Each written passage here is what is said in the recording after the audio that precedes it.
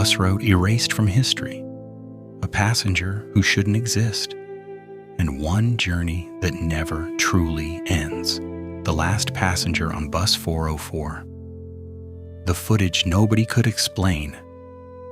Every city has a story people laugh about, a road they refuse to drive after midnight, a building they avoid without knowing why, or a bus route that, according to official records, no longer exists. This is one of those stories. It began with a surveillance recording that should never have existed.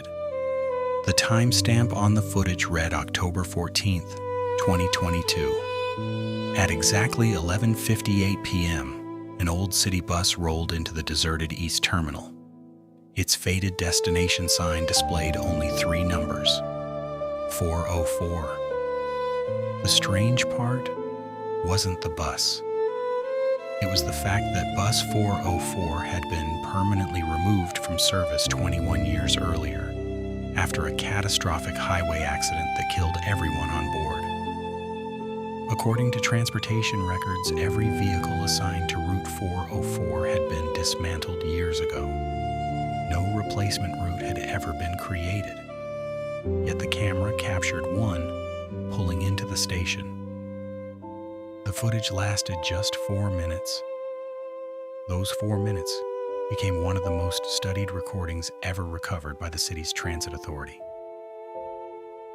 At first glance, nothing seemed unusual. The station was almost empty. A cold wind pushed loose newspapers across the pavement. The lights flickered occasionally. A security guard walked past the entrance without even looking toward the arriving bus, almost as though he couldn't see it. Then, one passenger appeared. He entered the frame from the far side of the terminal. Male, approximately 35 years old. Dark jacket, black backpack. He never looked left, never looked right. He walked with absolute certainty, as though he had taken this journey hundreds of times before. Investigators later tried to identify him using facial recognition. No records matched. His face existed on the footage, yet nowhere else. Not in driver's license databases, not in passport records, not in criminal files. Nothing. The man reached the doors. They opened before he touched them. He stepped inside. No other passengers boarded. No one exited. The doors closed. Bus 404 pulled away. That should have been the end of it. Except 23 seconds later, every camera in the terminal failed simultaneously. Not one, not two. Every camera. When power returned less than a minute later, the road outside was empty.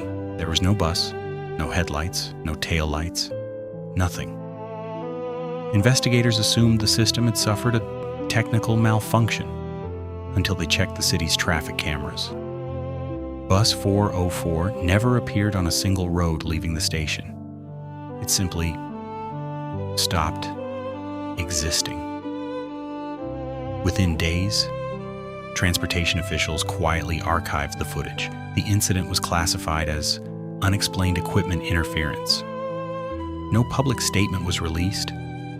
No missing person report was connected to the unidentified passenger. The file disappeared into storage. It might have remained forgotten forever if a young investigative journalist named Detective Mercer hadn't stumbled across it nearly 2 years later. Mercer specialized in forgotten government records. Most of his work exposed bureaucratic mistakes, corruption, missing evidence. But Bus 404 was different. The deeper he looked, the more impossible it became, because someone had been editing official archives. Every newspaper mentioning Route 404 had missing pages. Digital backups had been erased. Maintenance records ended abruptly 3 weeks before the fatal crash. Even stranger, every employee who had worked that route had either died or vanished from public records. almost as though someone had spent decades removing every trace that Bus 404 had ever existed. Mercer requested permission to interview the retired investigator who handled the original case. The request came back with only 4 words. "Do not reopen this." No explanation, no signature. Just those words. For most journalists, oh no, that would have been enough. For Mercer, it was the reason he refused to walk away. Because somewhere inside a forgotten archive, hidden beneath decades of erased reports, was one question no one had ever answered. If Bus 404 had been destroyed 21 years earlier, who was the last passenger the camera saw boarding it? And more importantly, where did the bus take him? The route that didn't exist. Mercer spent the next 3 days searching for anything connected to Route 404. The deeper he dug, the stranger the pattern became. Every official record ended at the same point. Every witness either refused to speak or claimed they remembered nothing. It wasn't ordinary fear. It was as if the memory itself had been locked away. Then Mercer discovered something no one else had noticed. Buried inside an old newspaper archive was a weather report from the night of the crash. The report mentioned a violent storm that had forced several bus routes to change course, all except one, Route 404. There was no explanation, no detour, no emergency notice. The bus had simply continued into the storm. Mercer drove to the abandoned highway where the accident supposedly happened. Nothing remained except broken guardrails and an old roadside memorial. The names of the victims had almost faded away. As he examined the area, something caught his attention. The skid marks. According to the official report, the bus lost control before crashing into the ravine. But the marks on the road told a different story. They didn't point toward the ravine. They stopped nearly 30 meters before it, almost as if the bus had never reached the place where investigators claimed it crashed. Mercer photographed everything. That evening, he visited the city's retired chief mechanic. The old man refused to answer questions. He simply stared at the photograph of Bus 404 for several seconds. His hands began to tremble. Then he whispered something Mercer almost didn't hear. It wasn't the crash that scared us. Before Mercer could ask what he meant, the old mechanic shut the door. Those words refused to leave his mind. If it wasn't the crash, then what had frightened everyone? That night, Mercer returned to the surveillance footage. This time, he slowed it to 1 frame per second. Frame by frame by frame. At first, nothing changed. Then, exactly 1 second before the passenger boarded the bus, something appeared in the driver's mirror. A face, not the driver's.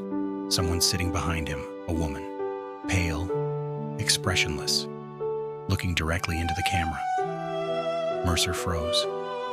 He replayed the footage. The face disappeared. He replayed it again. There it was, only for a fraction of a second.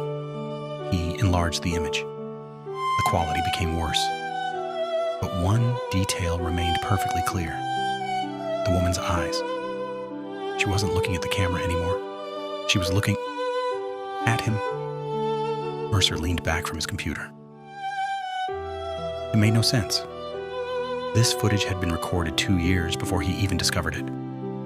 Yet the woman's gaze felt deliberate, as though she knew someone would eventually watch it. The next morning, Mercer received an envelope with no return address. Inside was a single photograph. It showed Bus 404 parked at the east terminal. The same bus, the same faded paint, the same route number. Written on the back, in neat black ink, were 6 chilling words. It still arrives every October 14th. No name, no explanation, just a date. Mercer checked the calendar.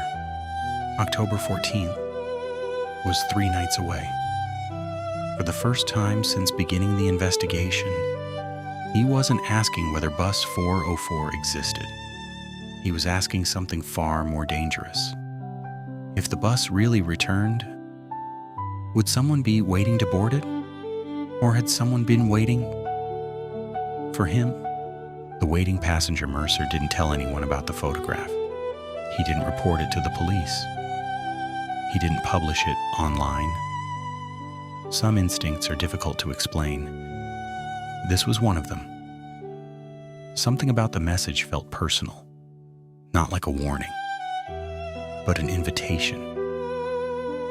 For the next 3 days, Mercer prepared for October 14th. He gathered every file, every newspaper clipping, every frame of surveillance footage. One detail continued to disturb him. The man who boarded bus 404 carried a black backpack. The same style, the same size, the same worn leather strap as the one Mercer had owned for years.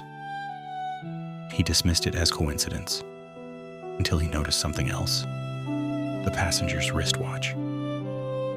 Mercer instinctively looked down at his own left wrist.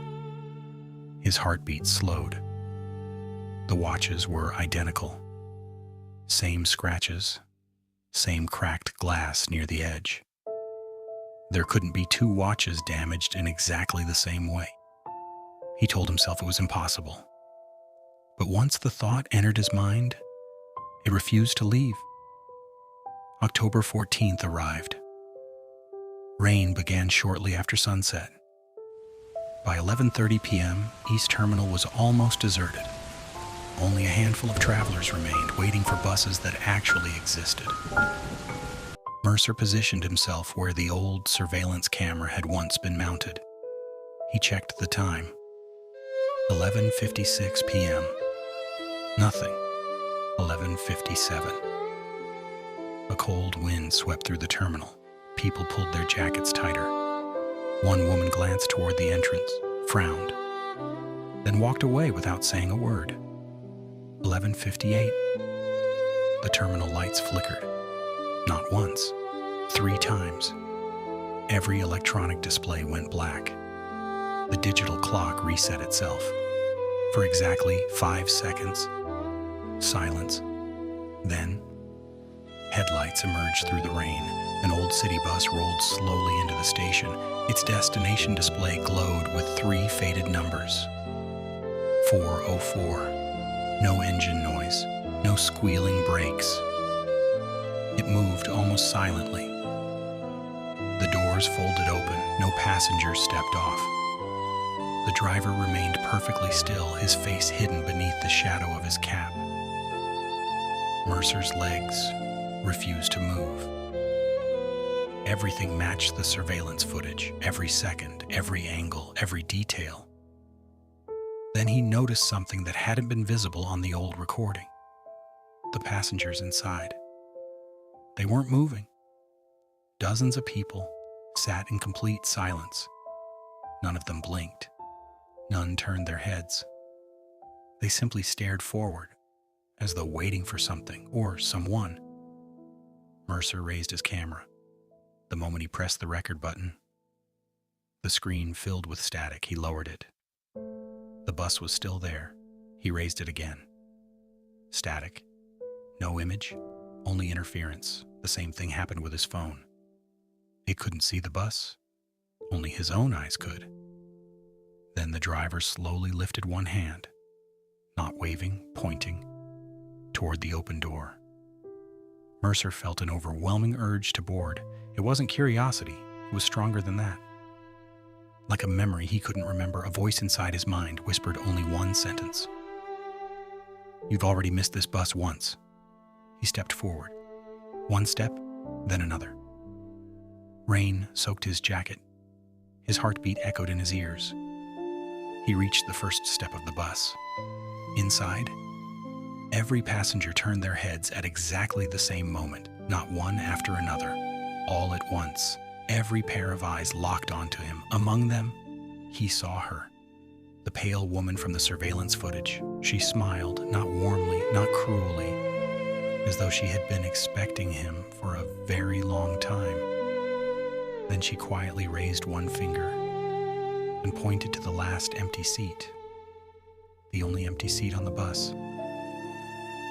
Mercer looked toward it. Resting on the seat was a familiar black backpack, his backpack, the one he had left at home. For one impossible second, he couldn't breathe, because beside it, lying face up, was his wristwatch, already cracked, already worn, as if it had been waiting there for years. The passenger who never returned. Mercer stood frozen. Rain fell behind him. The doors of bus 404 remained open. Inside, dozens of silent passengers watched without blinking. No one spoke. No one moved. Only the pale woman continued to smile. Then, the driver tapped the steering wheel once. A dull metallic sound echoed through the empty terminal. Mercer looked at the backpack again. It was impossible. He had left it on the chair beside his desk before leaving home. Yet here it was, water-stained, worn, as though it had traveled for years. His instincts screamed at him to run, but another feeling, one he couldn't explain, kept pulling him forward. He reached toward the backpack. The moment his fingers touched the strap, a flood of memories crashed into his mind. Not dreams, not imagination. Memories. He saw himself standing at this same terminal. He saw himself boarding the same bus. He saw the doors closing behind him. Then, nothing. The memories ended. Mercer staggered backward, gasping for air. The pale woman slowly shook her head, not as a warning, as a disappointment, as if he had remembered too late. Then something happened that would haunt him forever. The passengers began to change. One by one, their faces became clear. He recognized them, not from photographs, from the missing persons reports he had spent weeks studying. The university student who vanished in 2008. A taxi driver missing since 2013. A little girl who disappeared on her way home from school. An elderly man whose family searched for him for nearly a decade. Every missing face was sitting quietly inside bus 404. None of them looked frightened. They looked empty, like people who had forgotten who they once were. Mercer's eyes drifted toward the front windshield. For the first time, he could see the driver's reflection. His heart stopped. The driver wasn't a stranger. It was him, older, paler, his expression hollow, his hands resting on the steering wheel as though he had been driving forever. Mercer stumbled backward. "This isn't real," he whispered. The older version of himself slowly smiled. Then, without moving his lips, Mercer heard a voice inside his head. There is always a last passenger. When one refuses the journey, another must take the seat. The doors began to close. The pale woman lowered her eyes. The passengers faced forward once again. The engine finally made a sound. Not a roar. A long, tired sigh. Bus 404 pulled away from the terminal. Within seconds, it disappeared into the rain. No headlights. No taillights. Just darkness. Mercer never published his investigation. When colleagues asked about bus 404, he claimed the story had reached a dead end. He deleted every photograph, destroyed every recording, and locked the files away. Months passed. Life returned to normal, or so he believed. Then on a cold evening in early November, Mercer was reviewing footage from an unrelated investigation. A busy subway station, hundreds of commuters. Nothing unusual, until he paused at the video, standing at the far edge of the platform. was the pale woman. She wasn't looking at the train. She was looking directly at the security camera, smiling. Mercer's blood ran cold. He checked the timestamp. The recording had been captured 3 days earlier. While he had been at home, slowly, he zoomed in. Behind the woman stood dozens of people, perfectly still. Among them, he saw himself, wearing the same jacket, the same backpack, staring straight ahead with empty eyes. Mercer slammed the laptop shut. He told himself it was impossible. He had never been there. He hadn't left his apartment that day. He tried to forget what he had seen. He almost succeeded. Until October 14th arrived again.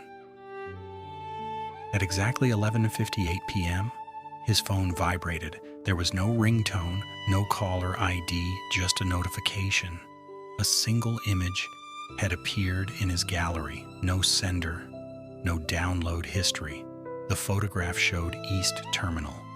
Bus 404 stood with its doors open. The driver's seat was empty. Written across the bottom of the image were 8 words. "The driver has left. Your shift begins tonight." Mercer looked toward his apartment window. Far below, a familiar bus waited at the curb. Its destination sign glowed softly through the rain. 404. The doors opened, and then the screen went black. Some stories end with answers. Others end with a choice. So if one rainy night, an old bus marked 404 stops for you, ask yourself one question before stepping aboard. Are you the passenger or the replacement? Now I want to hear your theory. Do you think Mercer escaped? Or did Bus 404 choose him as its next driver? Tell me what you think in the comments. I read every theory, and the best ones might even inspire a future story.